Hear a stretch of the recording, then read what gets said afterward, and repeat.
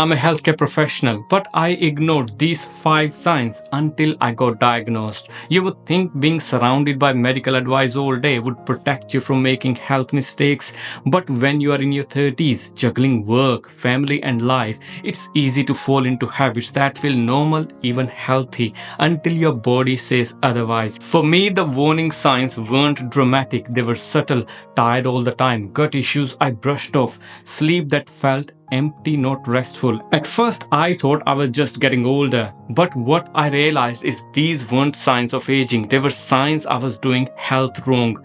One of the biggest mistakes, I stuck to a rigid exercise routine even when my body was clearly asking for rest. I was the guy who would work out intensively after 10 hours at work, running on caffeine and sheer willpower. No flexibility, no recovery. Just grind. And the weird part, people praised me for it. You are so disciplined, they said, but inside I was burnt out.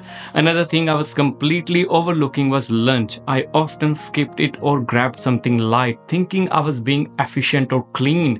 But then I would come home starving and eat a huge dinner, sometimes at 10 pm, then go straight to bed. That's a recipe for metabolic disaster. I was basically asking my body to digest a feast while trying to rest. No surprise, I gained weight, felt heavy, and woke up tired. And here is where it gets interesting. I also believed that stress was mental, that as long as I wasn't feeling stressed, I was fine. But your body keeps a score. I was internalizing everything: deadlines, patient loads, family responsibilities. No journaling, no breathing room, just move to the next task. Looking back, that stress showed up not in my mind, but in my gut, my skin, my immunity.